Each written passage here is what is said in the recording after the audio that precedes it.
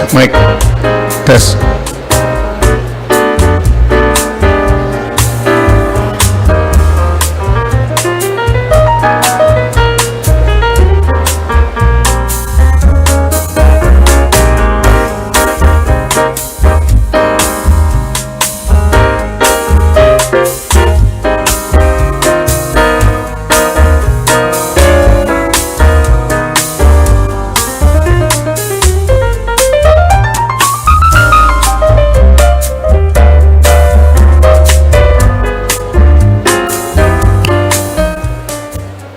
Good morning. Please settle down. May I remind everyone that this is a special en banc session of the Supreme Court. Please observe proper decorum and conduct yourselves with utmost courtesy and respect due to the court and the solemnity of the ceremony. No attendee should exhibit any improper, unwarranted, offensive, or untoward behavior affecting or disrupting the proceedings. All cellular phones should be turned off or put on silent or airplane mode. Those who would be caught using cellular phones or those who failed to put their cellular phones on silent mode will be escorted out of the venue and will not be allowed to take their oath. Thank you very much.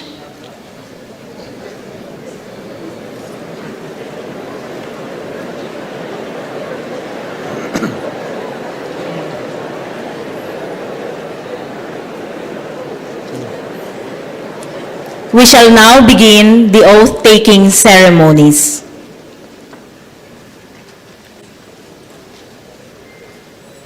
All please rise. The Honorable, the Chief Justice of the Philippines and the Associate Justices of the Supreme Court of the Philippines. Hear ye! Hear ye, hear ye. All persons having business before the Honorable Supreme Court of the Philippines shall give their attention, for the court is now in session.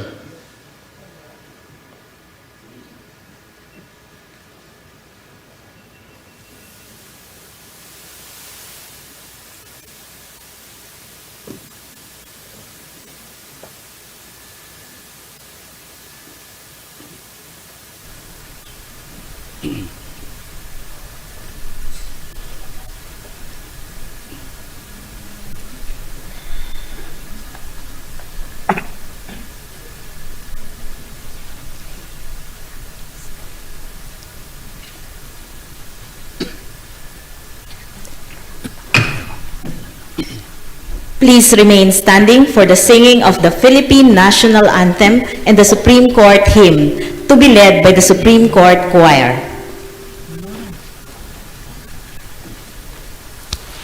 Bayang magiliw, pero sa silangalan, alam ng puso, sa dibdib-mo'y buhay.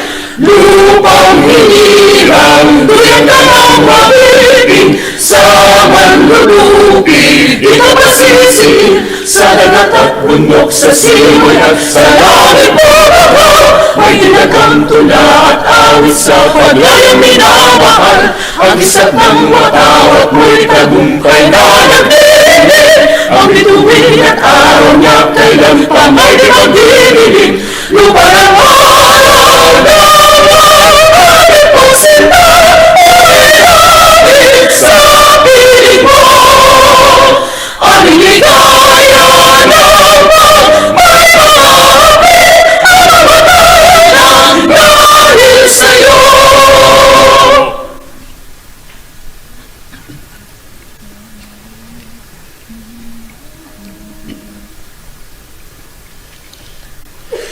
Behold the guardians of our rights, enrolled in majesty and light. Uphold the fundamental law, from the strict order judgments flow. With conscience conscience, breather is to air. Their power and this to all declare. With your power all life, the scales never strike. Justice and equity for all. Love, truth and fairness reign their hall. There stands the court of last resort, forever Supreme Court. With vision set on history, their nation leaves a legacy. For their honor, their faith, their names, the nation will obey. Justice and equity for all. Love, truth and fairness reign their hall. There stands the court of last resort, forever Supreme Court. With vision set on history, their nation leaves a legacy. For their honor, their faith, their names, the nation will obey. For their honor, their faith, their names, the nation will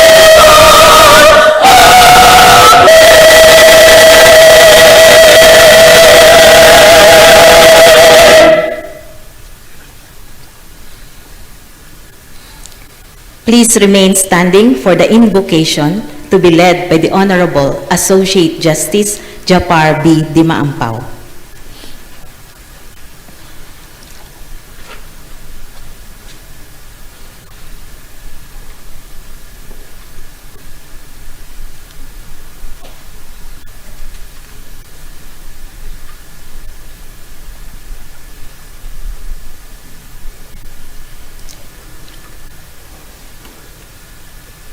In the name of God, most gracious, most merciful, Almighty God, the ultimate source of truth and supreme law, we give you thanks and praise for these newly minted lawyers.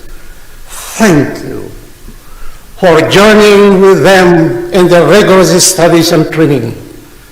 Thank you for calling and choosing them as new advocates of social order, fairness, and justice. Now that you have granted them this privilege to serve you and your people, let them realize that their solemn duty and responsibility is to always uphold the rule of law. May they be our catalyst for systemic change as we promote a justice system that is founded on the majesty of the law and fair procedures.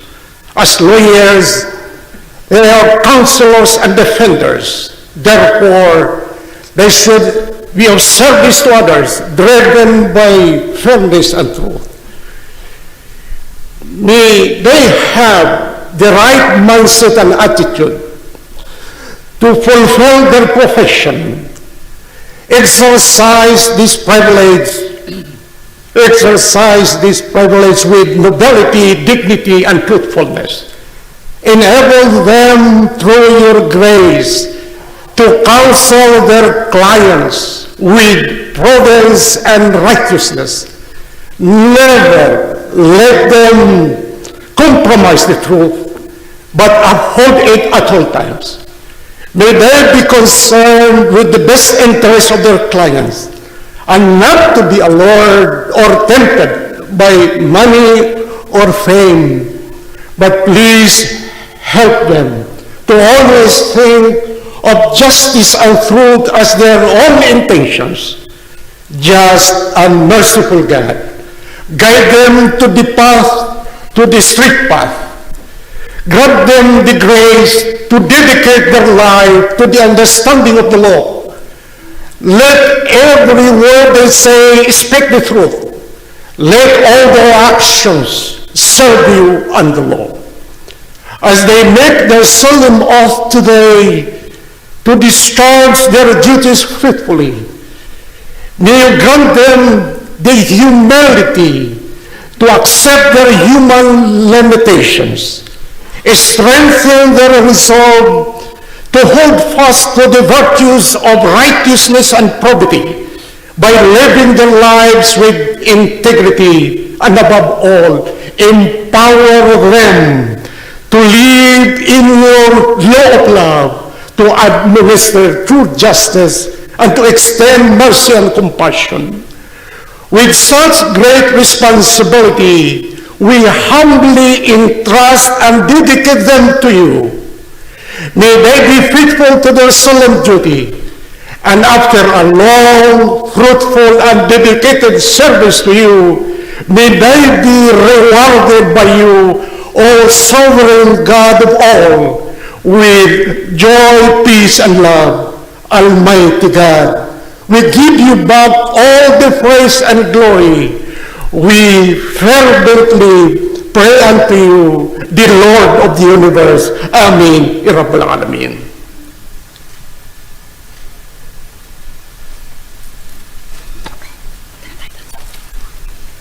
Please be seated.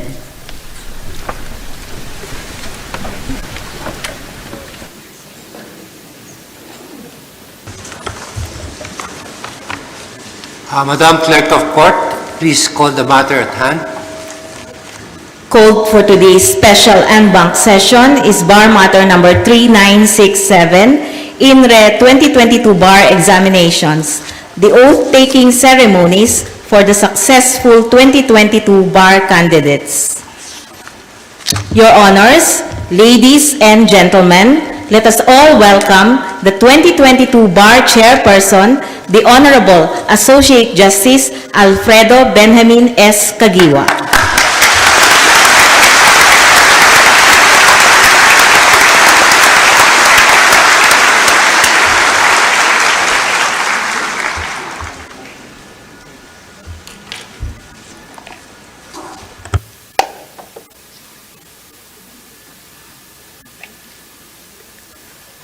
Chief Justice Alex Esmundo, Senior Associate Justice Marvic Leonen, Bar Chair for the upcoming bar examinations, Associate Justice Mon Hernando, and my colleagues in the Supreme Court, may it please the Court.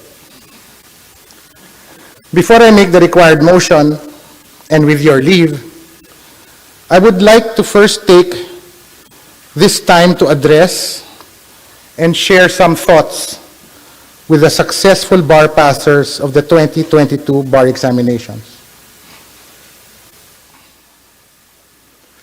As we start with these formal proceedings, I have a couple of questions to ask the examinees present now, the bar passers. My first question is, mahirap ba yung exam?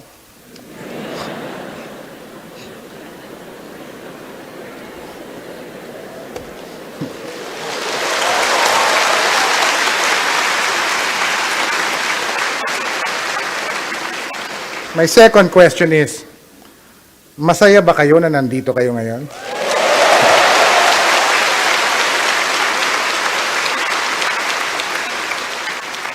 On that positive note, if you will indulge me, can I ask all of you to stand up?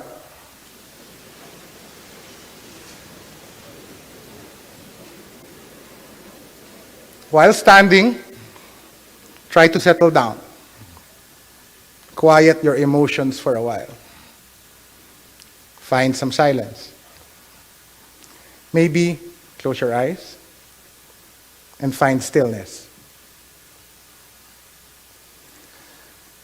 And in the stillness and quiet, I invite all of you who are taking your oath today to think of everyone who has played a role in bringing you to this point. Your father, your mother, grandparents, your brothers and sisters, your children, your extended families, your schools, your teachers, your very good friends. And while keeping them in your thoughts, I invite you to feel deep gratitude. Feel thankful for everything that they have given you. The time, the space, the understanding, the patience, the love. Be thankful for everything that they have been to you, the gift that they are to you. Be thankful for the grace that all of your loved ones, maybe by just being there, have given you. And with these loving thoughts, can I ask all of you to give a big and long round of applause for everyone that has brought you here.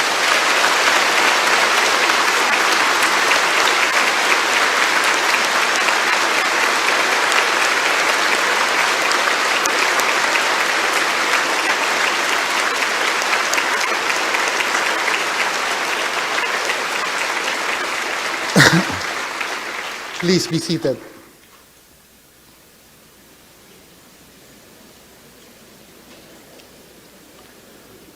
My dear bar passers of the 2022 bar exams, it is of no accident that we will forever be bound by those 4 days in November 2022. You, me, your examiners over there. So forgive me if I feel a little hesitant to let you all go just yet. Without making our bond a bit more personal, with this little bit of sharing of myself, and with these little bits of pabaon I wish to give each of you. If you will remember, before the taking of any of the exams, both the morning and afternoon exams, just right after the bell, you were given a password to open the exams. Do you remember? For each of the 8 exams in those 4 bar days, you were given a different password each time. Naalala niyo pa ba yung mga passwords na yun? Really? Kaya pala pumasa kayo. Well, let me tell you, those passwords, quotations really, were purposeful as they were very personal to me. They were not random quotes or hortatory declarations just for the sake of having passwords. To the contrary, these passwords describe not just the short journey of an examinee called the bar exams, but they also depict the long journey you, as a successful bar passer, will take in the practice and love of the law. So, first day, at the very beginning, political law. The password or phrase was, if you recall,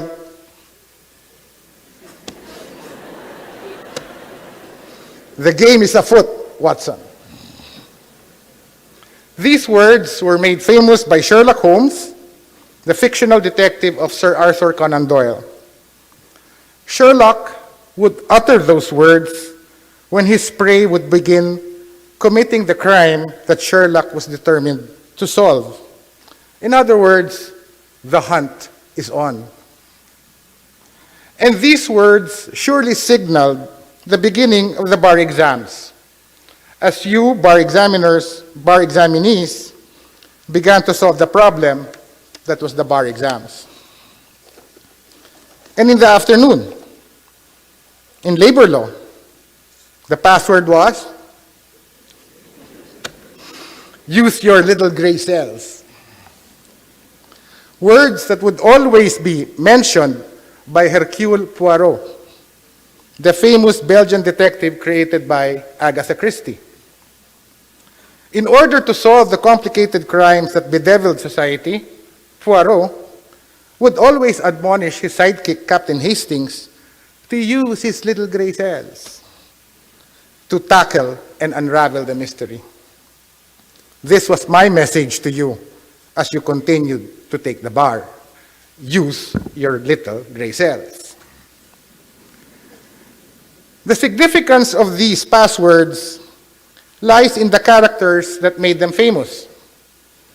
Sherlock Holmes and Hercule Poirot are regarded in contemporary literature as the paragons of sleuthing and champions of deductive reasoning, as well as the using of one's gray cells to decode the clues in the cases before them.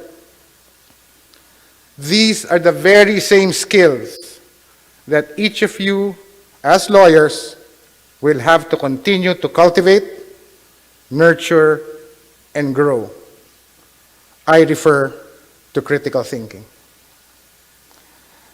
At the end of the day, lawyers are the modern-day gladiators who fight for their client's cause. Their main skill set would be critical thinking. And while Sherlock Holmes had his magnifying glass and deductive reasoning, and Poirot had his little gray cells, your tools as lawyers would be words, both written and spoken. They are your weapons for defending your clients against injustice. So please, continue to sharpen them. Continue your mastery of the craft, your mastery of the language. Please do not think that because you have passed the bar exams, everything has been accomplished. No, no, no, no, no. Far from it. Instead, this is only the beginning of your journey as lawyers. As my examiners will back me up, and perhaps as it is with all skills, there remains to be so much room for improvement in your reasoning and in your facility with the written word. Second day of the exams. For criminal law, and in keeping with the subject matter of the crime, the password was, "We matter to God." The complete phrase or quotation is really, "We matter to God, and only God knows why." I had to shorten the phrase because I was told that the examinees were already complaining na napakahaba daw ng mga passwords ko at mahirap daw i-type. Well, that phrase is attributed to Father Brown. He is a fictional character who is the protagonist of a series of detective stories by G.K. Chesterton. Father Brown is depicted as clumsy and naive, but this merely disguises a clever mind, penetrating insight, a gift for careful observation, and a deep understanding of human evil. Whereas Sherlock Holmes is an intellectual, Father Brown is a spiritual man. Sherlock Holmes is interested in solving the crime, but he is not interested in the criminal. Father Brown, on the other hand, is interested in their souls. Father Brown identifies with suspects, and it is by attempting to think and feel as they do that he is able to capture the criminals. These three fictional detectives are heroes of mine growing up. I was, and continue to be, an avid reader of their adventures. I thought of them when I was coming up with passwords, as I believe that they embody the attributes of a good lawyer. The practice of law is, for the most part, adversarial in nature. It is solving problems for clients. And as simple as I can say it, this takes deductive reasoning and critical thought. But in the process of being your client's gladiator in an adversarial proceeding, please remember what Father Brown intuitively understood. That on the other side of that adversarial proceeding is another human being, a person who matters to God, even as we don't know why. This, to me, puts the proper perspective to what lawyers ought to do in the practice of the profession.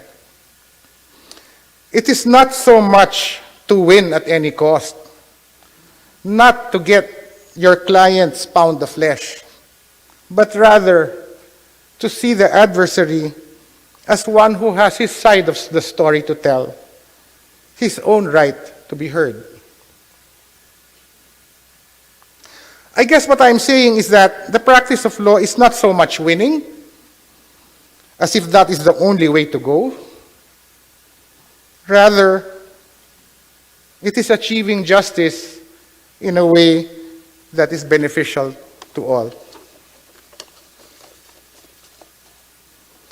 And as you and I reached the afternoon of the second exam, if you will remember, naubusan na ako ng favorite detectives ko. Napunta tuloy ako sa mga passwords ng mga kanta ng mga favorite musicals ko naman. I told you this is personal. So for the commercial law subject, I chose the song This Is Me from The Greatest Showman, or the biographical musical drama of the story of P.T. Barnum. As you know, P.T. Barnum rose to fame with his circus, showing how imagination plays such a big part in one's success. As well, the story showcases the diversity of humanity on so many levels, a diversity that is now embraced by today's world. The message of the password to you, therefore, is to be yourself, whoever or whatever it is that you want to be.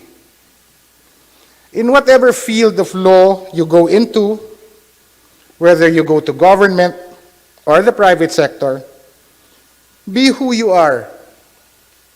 And whatever it is that you determine yourself to be, use your imagination, as this attribute has so much to give in the field of lawyering.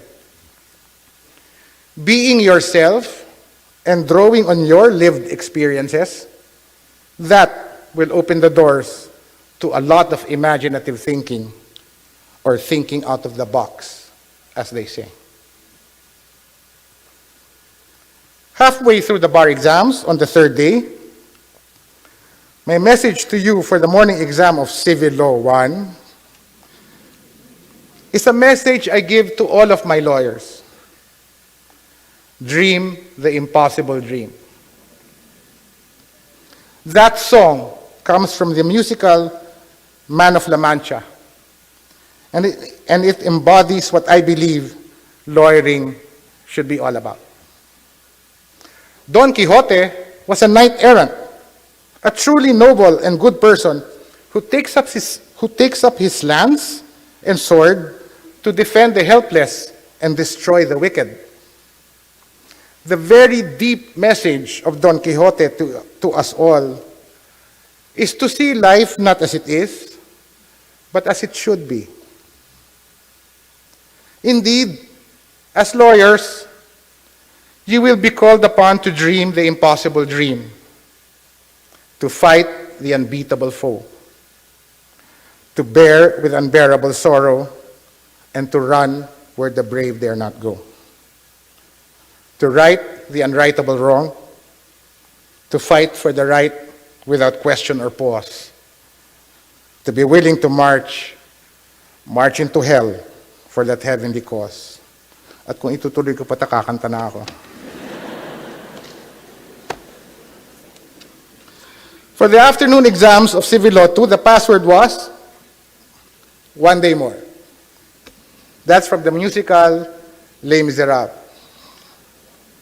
Of course, the direct message of that password was, isang araw na lang at tapos na ang bar examinations. But on a deeper level, One Day More is an expression of hope for things to change for everyone. For you, bar passers, One Day More is not simply passing the bar. It means one day more where you can play a part in effecting change, positive change, in the country and in the world. I don't know how many of you have read the play or watched the play, but if you think about it, the underlying theme is love. The many kinds of love. The different depths of love. In the case of Eponine for Marius, it was unrequited. For Fantine, for Cosette, it was maternal love. Fatherly love of Jean Valjean for Cosette. The romantic love of Cosette and Marius. For Javert, unyielding and passionate love of the law. For Enolias, love of country. And finally, for Jean Valjean, love for God. That, I submit, should also be the underlying theme of your career as lawyers. Love of country and fellow man, love for the rule of law. And finally, you found yourself on the last day of exams on November 20, 2022. Dalawang exam na lang. So the password for Rem 1 was, and I quote, "I have fought the good fight." The complete reference is in Timothy chapter 4, verse 7. "I have fought the good fight. I have finished the race. I have kept the faith." I thought this password to be fitting for the last day, as it summarized the grueling 4 years of law school, the months on end of bar review, that after all of that hard work, you are now finishing the race, having kept the faith. Indeed, the study of law is a fight, it is a race. And that you have kept the faith now sees you today, May 2, about to take your oath as lawyers. And the final password for the last exam of Rem 2 was another passage from the good book, Matthew 6:10. Do you remember? Sino ba yung nag-top ng bar? Do you remember? You don't. Oh my God. Matthew 6:10, "Thy will be done," signifies that after everything that you have put in, all the hard work, all the nights of burning the midnight oil, all the anxiety, all the fear, all the trepidation, that in the end, it is all up to Him. In life, as in the bar exams, everything we do is for naught were it not for Him. It is His will. For you, present today, it is His will that you passed and are now about to take the oath. 8 exams, 8 passwords. Put together, they form what I want to give as a pabaon to each of you. If you will see from the passwords, there is a common thread that runs through all of them. I call it the imprint of a lawyer. That is to say, that a good lawyer must strive to, if not already possess, a delicate medley of virtues and skills. They must be critical thinkers as well as articulate advocates, who are all too aware that they must test everything in the crucible of logic and reason, inasmuch as they are conscious that their words are weapons as they are tools, which can both build and destroy, hate and heal, depending on how they will choose to wield these weapons. Good lawyers are the ones who have a sober recognition that the party on the opposite side of the court are people with stories too. And so they tread gently and compassionately on matters of punishment and justice, for they have a deep appreciation of their true cost. Still, even as they are critical thinkers and compassionate advocates, good lawyers must also be true to themselves as to others, and in that honesty, navigate legal problems with creativity, innovation, and a healthy imagination of how a resolution can serve most, if not all, parties concerned. As well, their courage must be so fueled by love of country, of the law, of others, that their resolve to fight on becomes unshakable, with their conviction running deep, but their love and compassion running deeper still. And finally, but not in the least, good lawyers must know that there truly are heavenly proportions to the toil that we do on this side of life. And in so knowing, are moved to submit to Him every outcome, even as we must presently apply ourselves to approximating, even faintly, what peace and justice on the other side of eternity can look like in the here and now.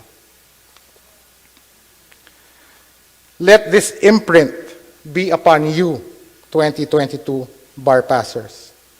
Let it be what defines you, a good lawyer in the truest sense of the word. I hope you will remember the passwords, unlike the number 1 in the bar.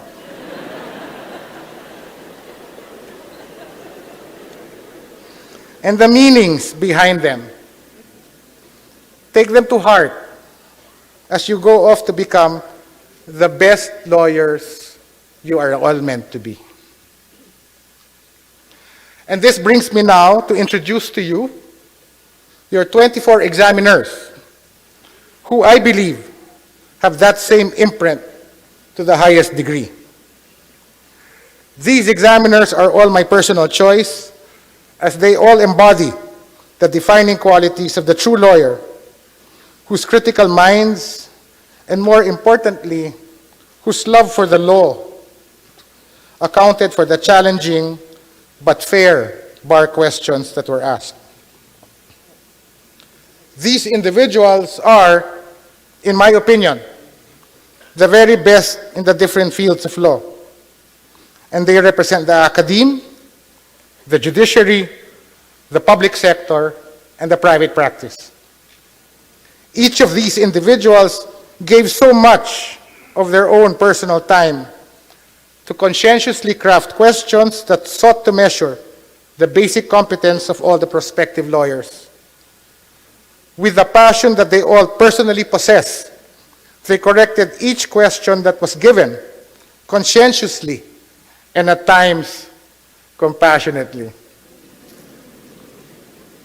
Wading through the thousands upon thousands of your answers, constantly, relentlessly, and into the wee hours of the morning, every day, for a period of almost 5 months.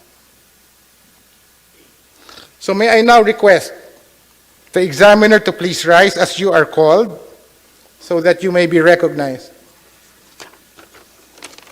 For political law, former chairman of the COA and presently chairman of the Philippine Competition Commission, Mr. Michael Aguinaldo.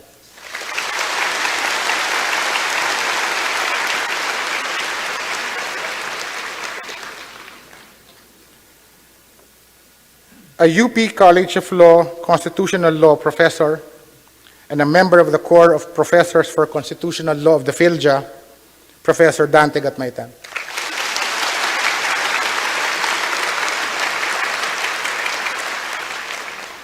A bar reviewer for over 20 years and an author of books, Professor Reynaldo G. Lopez.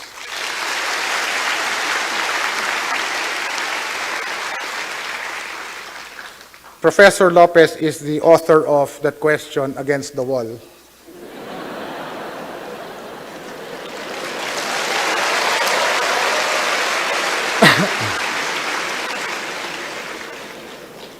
For labor law, a partner in Sobreviñas, Hayudini Navarro in San Juan, Attorney Tip San Juan. Is she here?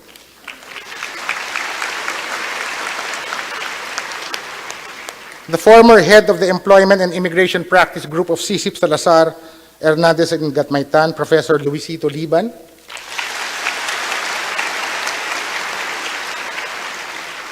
A respected lecturer, teacher, and educator of labor law, who has decades of experience in legal empowerment work, Professor Marlon Manuel.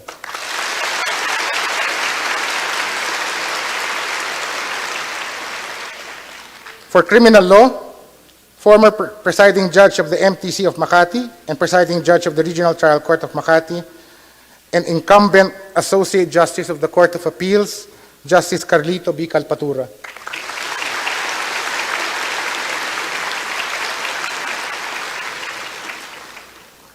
Was the former presiding judge of the RTC of Makati City, Branch 223, and who just recently retired, Judge Pepe Aresa.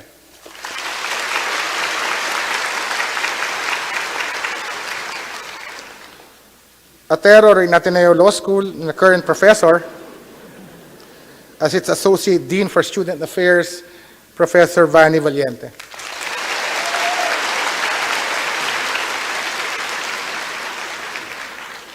For commercial law, I don't know if she's here, former chairperson of the Securities and Exchange Commission and formerly the head of litigation and co-managing partner of Accra Law, Chairperson Teresita Herbosa.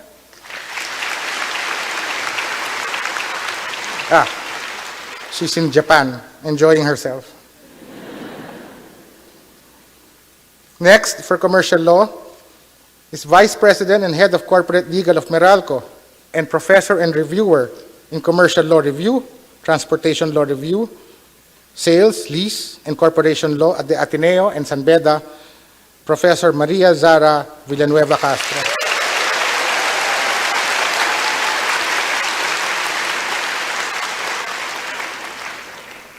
Formerly a senior partner of CICIP Salazar, Hernandez and Gatmaitan, and was known in practice to be the banking guru who brought his expertise to the service of the people when he became an undersecretary of the then DOTC, Attorney Juju Lotilla.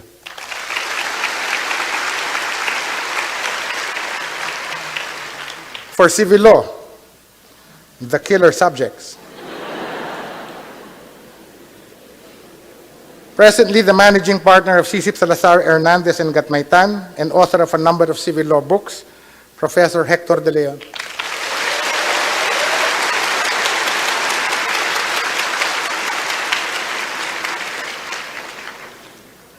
The next is an esteemed professor of civil law for 44 years in various law schools. I think he's sick. He texted me he couldn't come, but his name is Professor Avelino Sebastian Jr. On a side note, he was my professor in wills and succession and was the professor even of the Chief Justice and the professor of most of the examiners.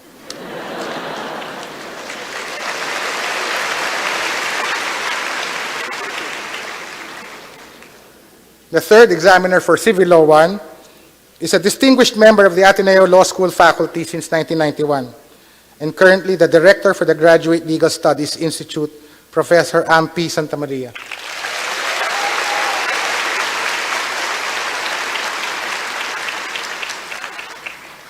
For Civil Law 2, Civil Law 2.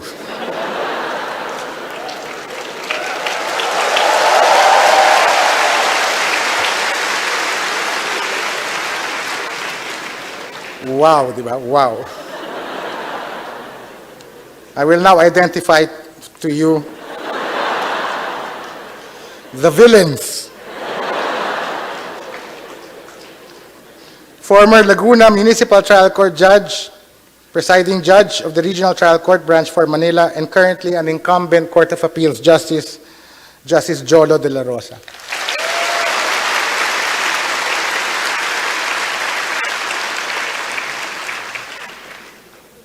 The next person is somebody who has a deep knowledge of land registration.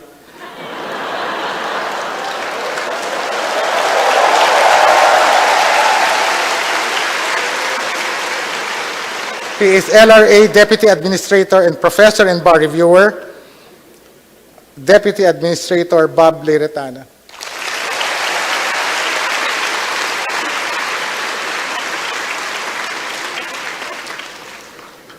The third examiner is somebody you probably know very well. I think she's very active in social media. She placed #1 in the 2005 bar examinations, became General Counsel of Felix, and is currently Deputy Chief Legal Counsel and OIC Head for Regulatory and Strategic Affairs for PLDT, Attorney Joan de Venecia Fabul.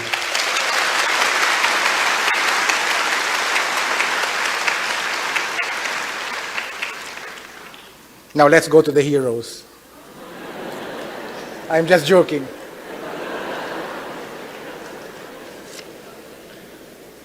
For Remedial Law 1, former Chief of Staff of the Executive Secretary in the Office of the President from 2010 to 2016. He is an incumbent Associate Justice of the Sandigan Bayan and Chair of its 4th Division, Justice Michael Musngi.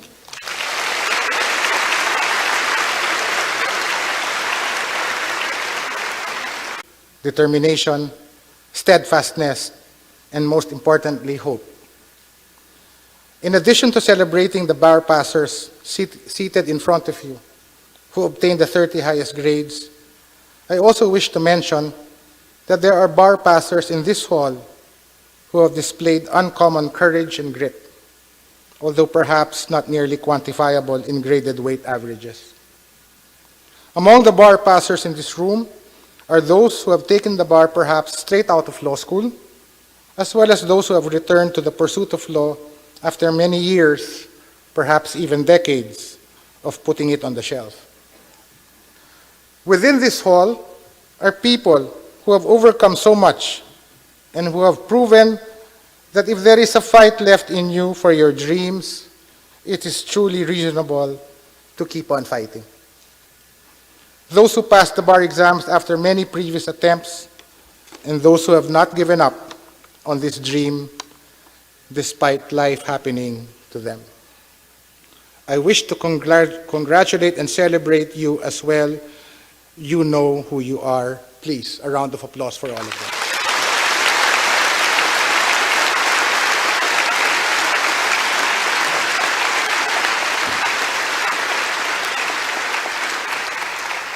Finally, allow me to make certain acknowledgements. The success of the 2022 bar examinations would not have been possible without the strong partnership that the court has forged with each of the 14 local testing centers, or LTCs as we call them, and the incredible communities behind them, whose immeasurable help and firm support allowed us to continue to bring the bar examinations closer to the bar examinees across the nation. Beginning from the first negotiations all the way to the 4 days of the bar examinations, thank you for hosting our examinees as well as our court personnel and volunteers. I can only hope that this will lead to more partnerships between your good institutions and the court. So I now take this opportunity to recognize each of the 14 LTCs we collaborated with last year, represented here today by their law deans. You would have taken your exam in one of these 14. I invite you to stand up as I call your name so that you may be recognized. Can I begin with Dean Joey Hofelenia of the Ateneo de Manila?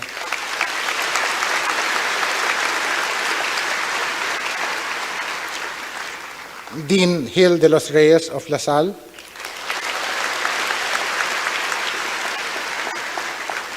Dean Maria Isabel Romero of De La Salle Pa. Dean Tranquil Salvador of Manila Adventist College. Dean Edgardo Vistan of the University of the Philippines. Dean Marciano Delson of San Beda University. Dean Antonio Rivero of University of Nueva Cáceres. Dean Christine Angelica Elevena Carantes of St. Louis. Dean Al Schweid Ismael of University of Cebu. Dean Jose Glenn Capanas of University of San Carlos. Associate Dean Sherry Lopez Chu of Dr. Vicente Orestes Romualdez Educational Foundation. Dean Sylvia Sabio of Xavier University. Dean Manuel Kibod of Ateneo de Davao. And Dean Maria Corazon Montemor of Ateneo de Zamboanga.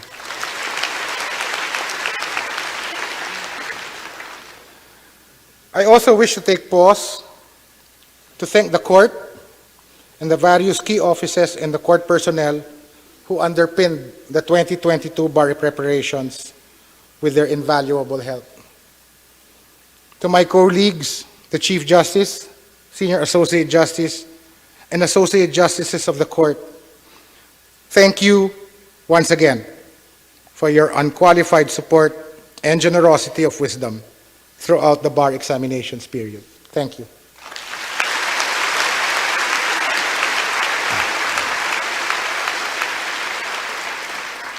To the court community and the hardworking personnel, thank you for giving your time and energy and working tirelessly behind the scenes.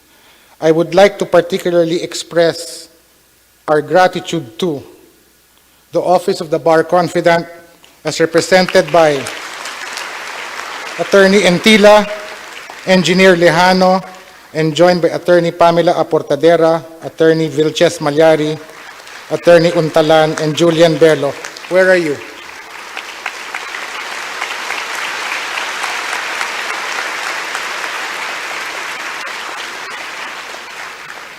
Please get to know who they are, because when an administrative case is filed against you, they're the people to know.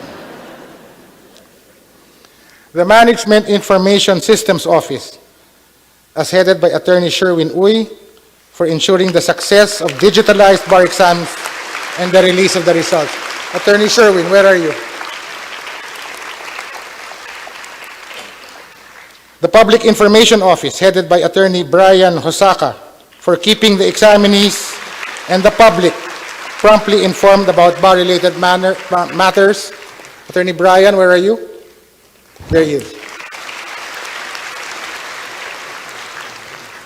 The Office of Administrative Services, headed by Attorney Kari Kunanan, for assistance in procurement and logistics concerns, the most important person in the Supreme Court. Where is he?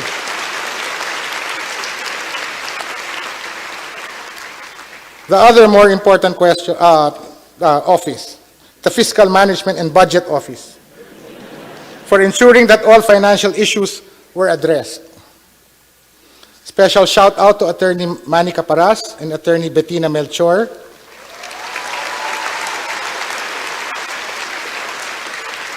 for being our ever-present and crucially supportive bar consultants. As well, for Dr. Prudencio Banson of the Medical and Dental Services for providing the necessary medical support during an ongoing pandemic.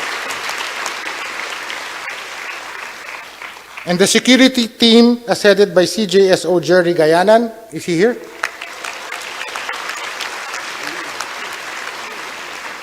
He ensured the safety of all the teams deployed for the bar examinations. You are here because he did his job.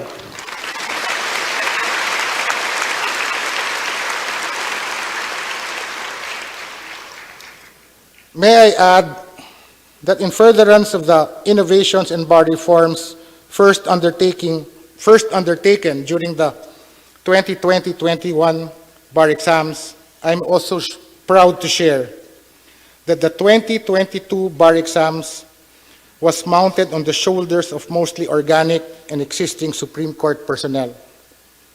This importantly demonstrates that the court is now perfectly capable of conducting the succeeding bar examinations in this new modality.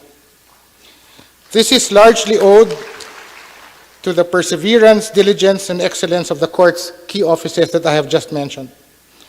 I therefore congratulate and celebrate our court personnel for proving how exceedingly well people can step up, show up, and deliver when they are empowered and believed in.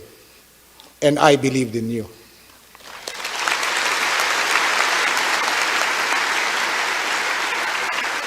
I am mighty proud of each of you, and I am eternally grateful. And finally, malapit na to. I would be remiss if I failed to express my deepest gratitude to my incredibly hardworking staff, whose constant support, creativity, exceptional professionalism, and cheerful disposition throughout the entire process allowed our team to brave through the bar examinations. Allow me, please, to take this brief moment this morning to personally recognize them. My team's bar staff head and tech team member, Attorney Lem Arenas.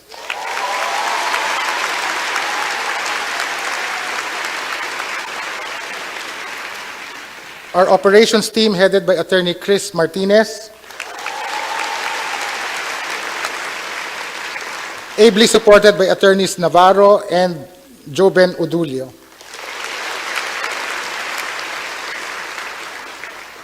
Attorney Loris Villar for the Security and LGU Coordination. Attorney Moviel Martinez being the person in charge of the health concerns. Our technology tech team, headed by Attorney Mary Mendoza, with attorneys Charles Avila and Ras Mano.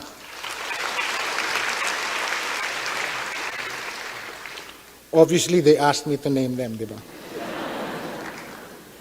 Our personnel team, headed by Attorney Michelle Dugil, ably assisted by attorneys Regine Abuel and Micaela Altavas. And Regine Tumlos, who was also the venue supervisor for the St. Louis University.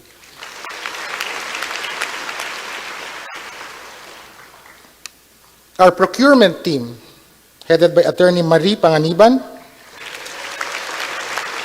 and joined by Attorney Trixie Elamparo.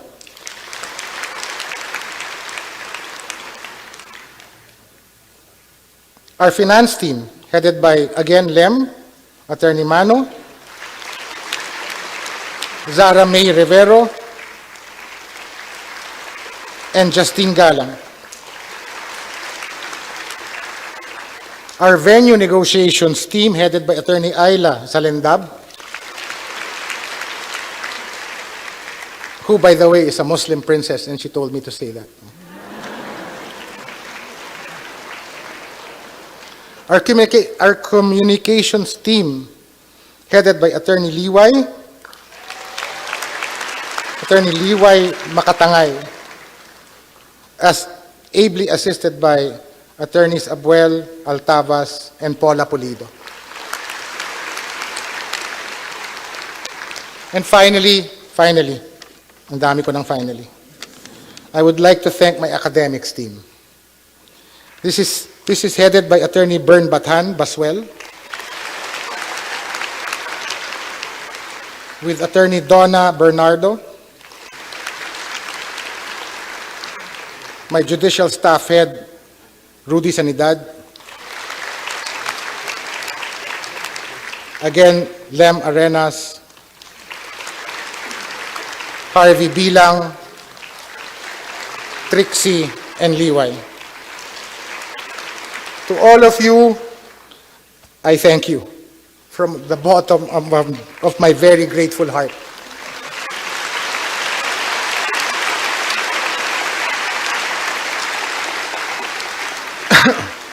On that note, I, as the chairperson of the 2022 bar examinations, hereby petition the Honorable Court for the admission of the successful bar candidates into the legal profession. Chief Justice Alexis Mundo and my esteemed colleagues in the Supreme Court, pursuant to Section 17, 18, and 19 of Rule 138 of the Rules of Court and the applicable resolutions of the Supreme Court, I pray that these successful bar candidates whose names are on the list certified by the Bar Confidant and who are now all before us be admitted as members of the Philippine Bar with the distinction, responsibilities, and privilege appurtenant thereto. I further pray that their oath as lawyers be accordingly administered and their names be entered in the roll of attorneys of the Supreme Court of the Philippines. Thank you, Your Honors.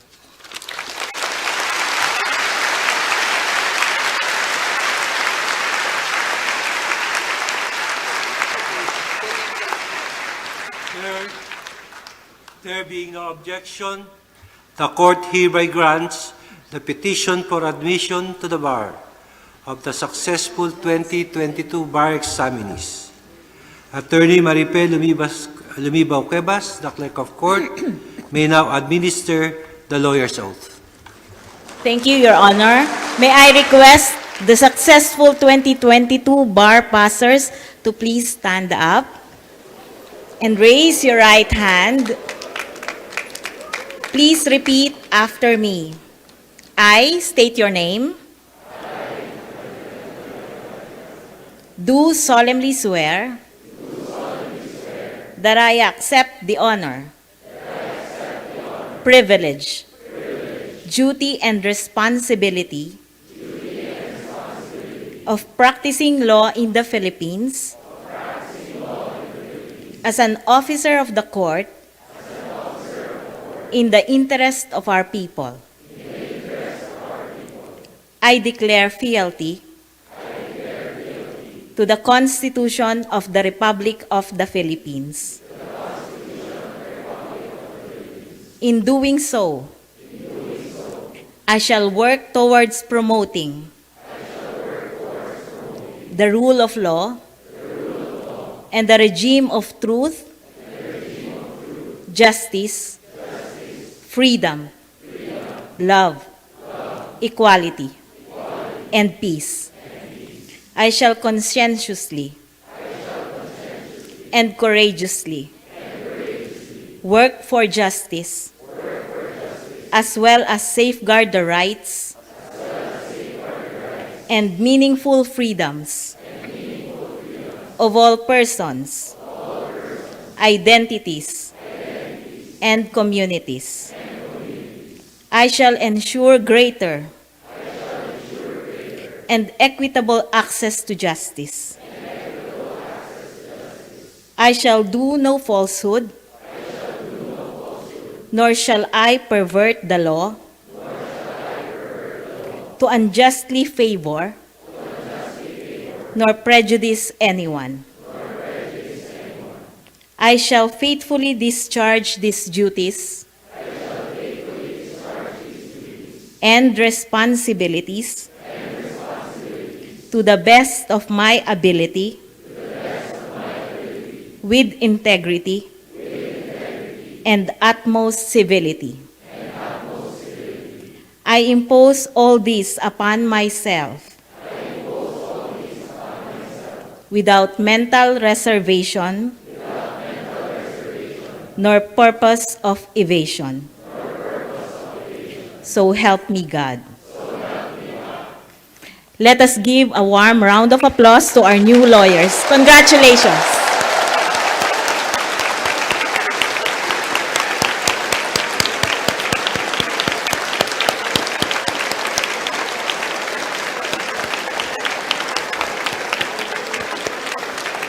You may now be seated.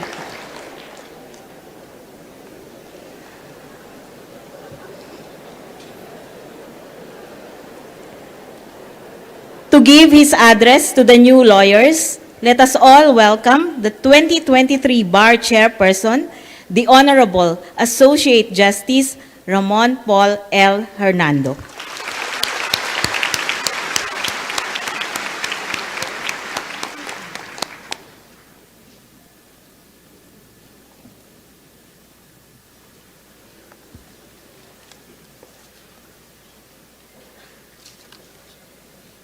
Chief Justice Alexander G.S. Mundo, Senior Associate Justice Mario Victor F. Leonen, Associate Justice and 2022 Bar Chair Alfredo Benjamines Caguiwa, Justice Ami C. Lazaro Javier, Justice Henry Jean Paul B. Inting, Justice Rodil V. Zalameda, Justice Mario V. Lopez, Justice Samuel H. Gerlan, Justice Ricardo R. Rosario, Justice Joseph Y. Lopez, Justice Japar B. Dimampao, Justice Jose Maidas P. Marquez, Justice Antonio T. Co. Jr., and Justice Maria Filomena D. Singh, our 2022 bar examiners, to the successful bar examinees gathered here today, and to their chosen guests and loved ones joining them in these ceremonies, good afternoon. I will keep my speech very short because I'm sure some of you are itching to file your initial pleading this afternoon.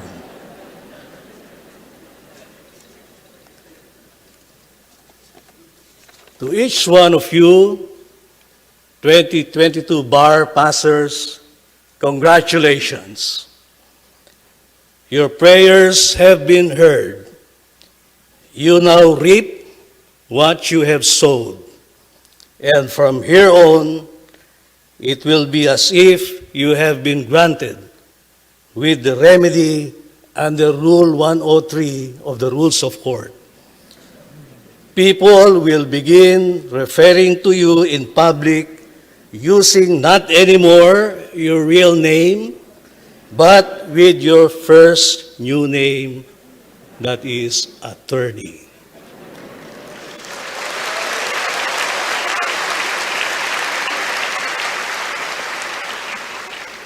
And yet, we first need to take a glimpse at the other side of your 2022 bar examinations.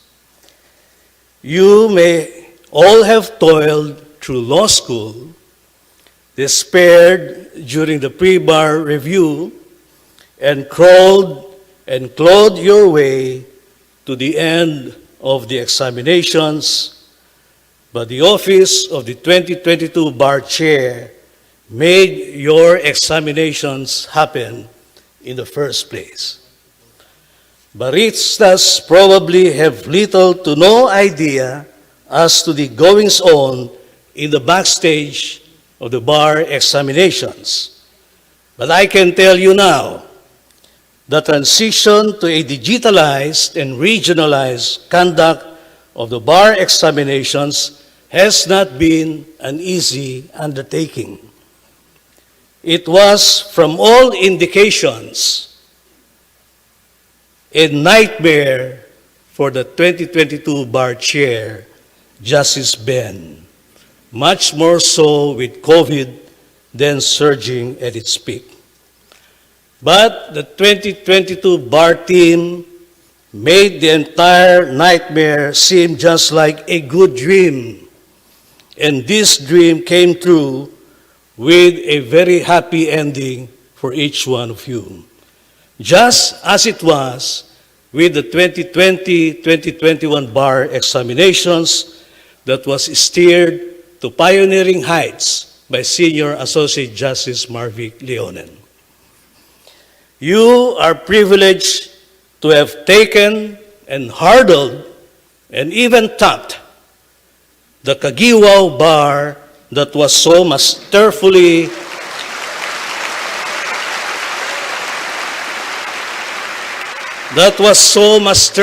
orchestrated by Justice Ben, your bar chair.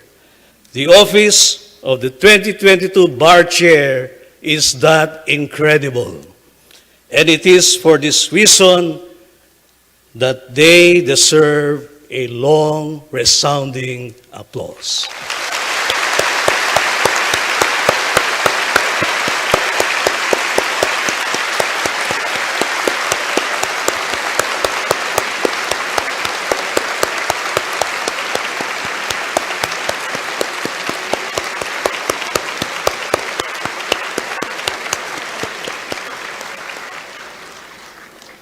I also take this moment to recognize the especially selected companions of our new lawyers who are here present.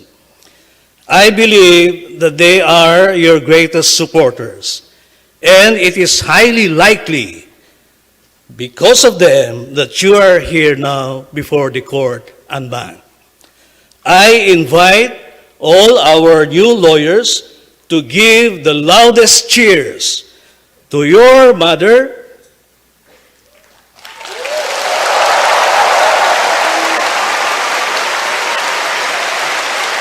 your father, your lola, your lolo, your children, your significant other, who are all your life's top ones. But if you alone have brought yourself all the way through law school up to this point, I salute you, attorney, and I'm proud of you. You deserve your own special round of applause from everyone here present.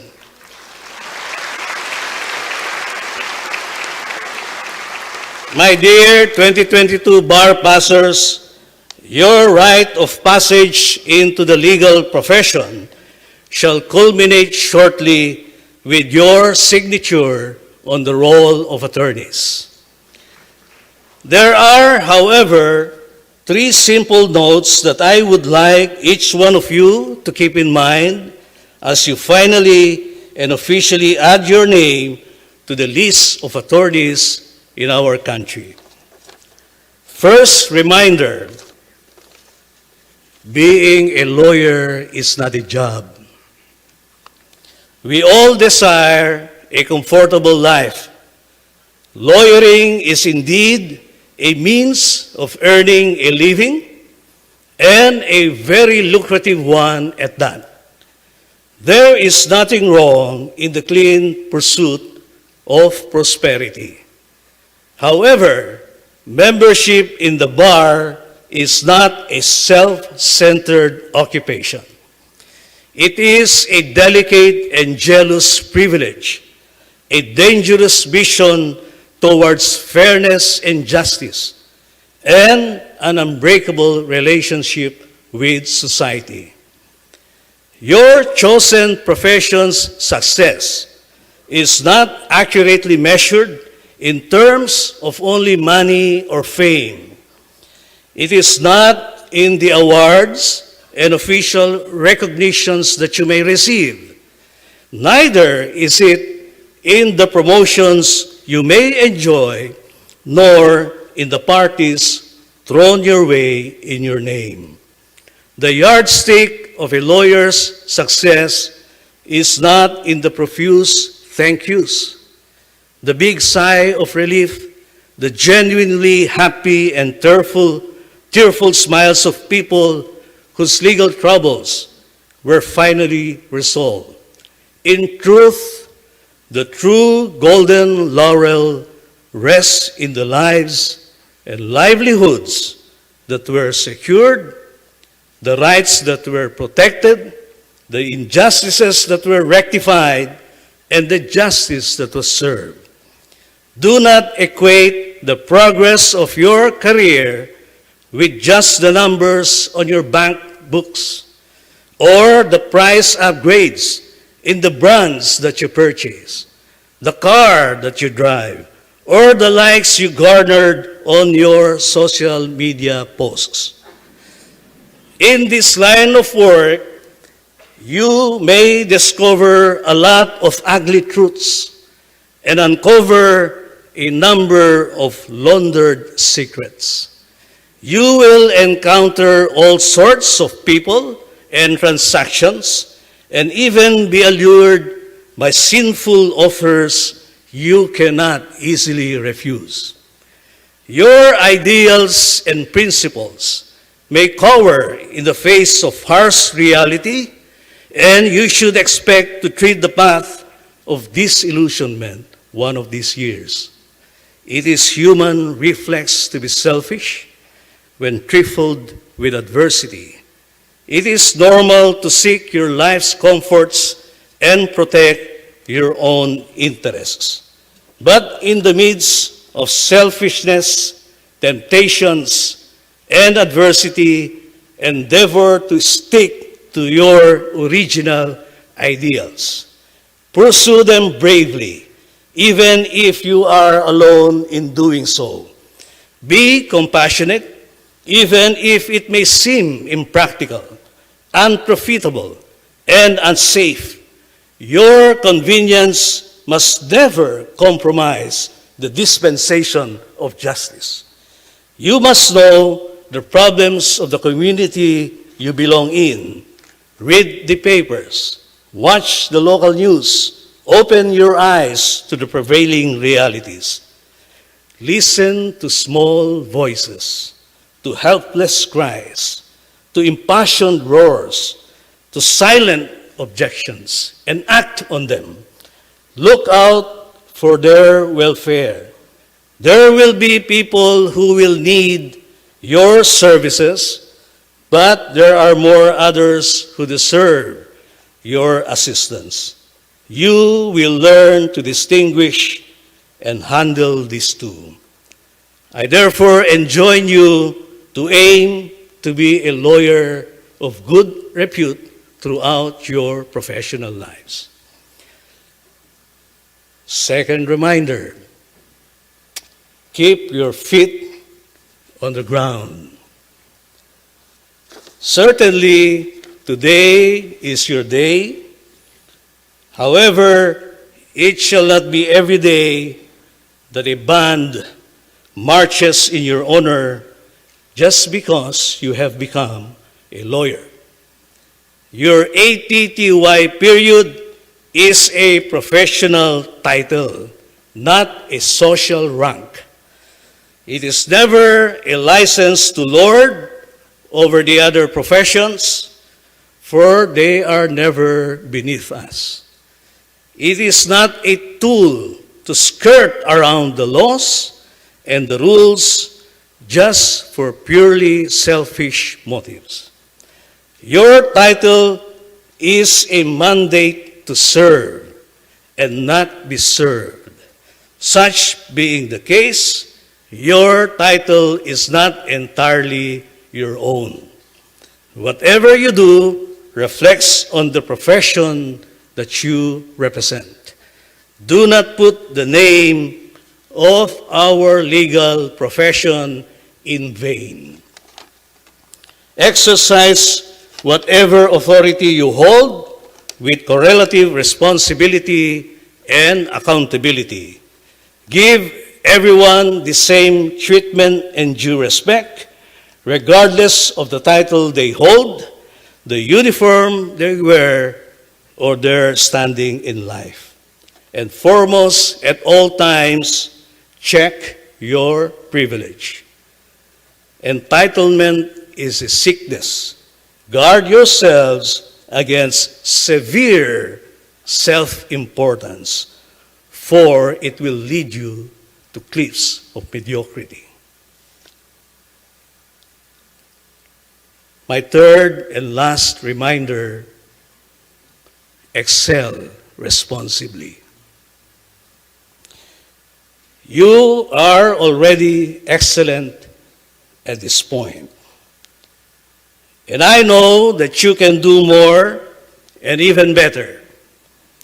I pray that 5 or 50 years from now, you will stay as bright-eyed as you are at this moment. But as you continue to excel, be always aware of your moral limits. Please do not excel in wrongdoing. It is significant to note that you are the very first utterers of the revised lawyer's oath. You are. And that the new CIPRA, or the Code of Professional Responsibility and Accountability, was born in the same year as your status as a lawyer. The CIPRA, albeit with its canons condensed, is necessarily lengthier than its predecessor, the Code of Professional Responsibility. But all of it can easily be summed up by just correctly answering one question: what would a decent person do? Hold yourself out in accordance with the rules of basic human decency. The little things matter. Never use your capacity as a lawyer to run through that red light in the streets or disregard numbered coding schemes.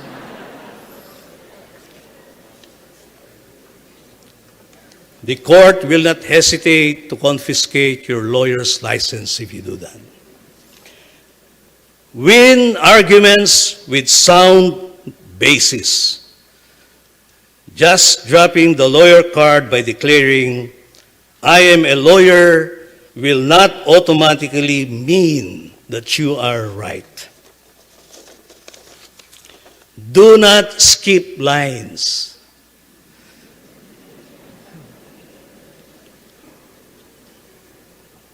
Being a lawyer does not make you more important than non-lawyers. Be aware that the word of a lawyer can sway people's views and public opinion, and know that you are already an influencer in your own professional capacity. Thus, please wield your words with extreme caution in whichever medium you may speak. Be careful what you click online. TikTok wisely. Keep a clean profile. Call out improprieties in Facebook pages and lawyer groups. Do not join improprieties in Facebook pages and lawyer groups. Let me stress, improprieties only, okay? Hindi yung proprieties. It is so easy now to abuse the power of the internet and the social media, as the remoteness and anonymity that they promise is effective in empowering recklessness. Refrain from any such temptation unless you want to run the risk of self-ruin. And if ever you rise to fame, do not let the fame and attention get the better of your values. And of course, you can always choose to be more generous. Work on a cause gratis and pro bono at least 1,000 times in your professional life. All I would like to impart to you, our new lawyers, is that no matter what you do, never tarnish the image and integrity of the legal profession in all your dealings and actuations, whether in a personal capacity or in the course of your duties as a member of the bar, directly or indirectly, in person or online. Conduct yourselves in a way that shall leave no doubt as to the merits of your entitlement to the professional title of attorney. This new world before you is beautiful, but you know that it is not an ideal one. Regardless of how you will discover it to be, do not stray from the truth, and please protect what is fair. Be wary at all times of the oath that you have just sworn to as a lawyer. Savor it, digest it. Every single one of those words shall behold you to the fragile confidence of your colleagues, your clients, the courts, the public, and this nation that you are about to serve. Beyond all things else, do not forget that you are a Filipino. Love and defend your country wherever you may be. You are now on the other side of the bar. Be kind, be humbled by your every success in the future. Remember to be always grateful. Only greater things await you all hereafter. Again, congratulations, and please enjoy the rest of this very special day.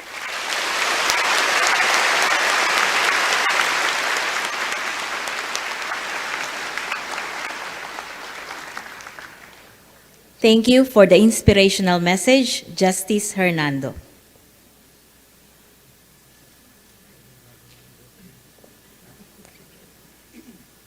Please rise for the singing of the Philippine Judiciary Hymn to be led by the Supreme Court Choir.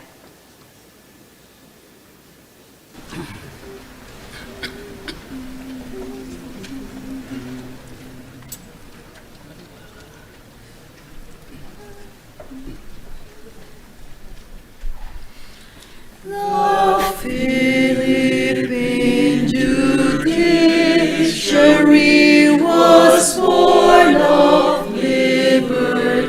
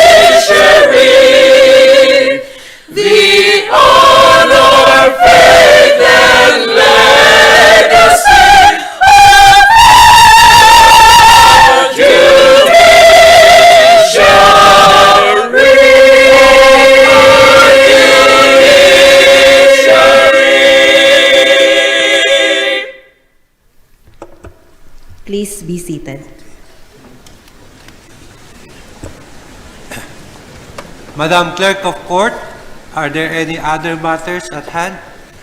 There are no other matters for today's special and bank session, Your Honor. There being no other matters, today's special session is hereby adjourned.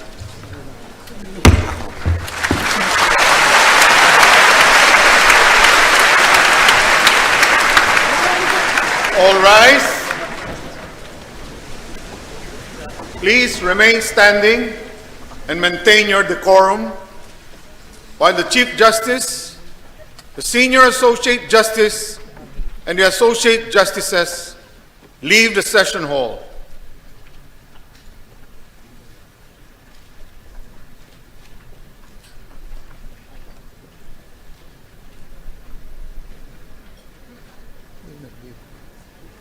Okay.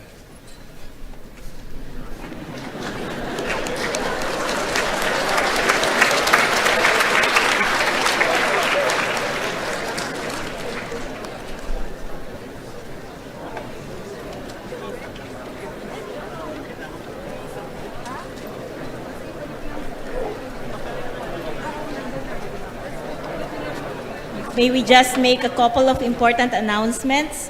First, may we request that the inductees and guests at the reception hall fully vacate the same to make way for the roll signing preparations. And second, the inductees and guests may leave the PICC premises for the lunch break, but kindly ensure that you return at least 30 minutes before your scheduled roll signing hour. For those who will opt to stay within the PICC premises, you may stay at Forum 1, 2, or 3, or the plenary hall. Light snacks are available for purchase at Via Mare. Thank you very much and congratulations once again.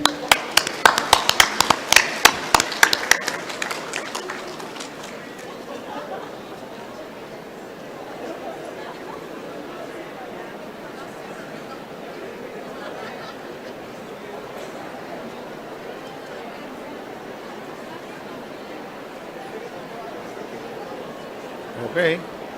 Picture, picture.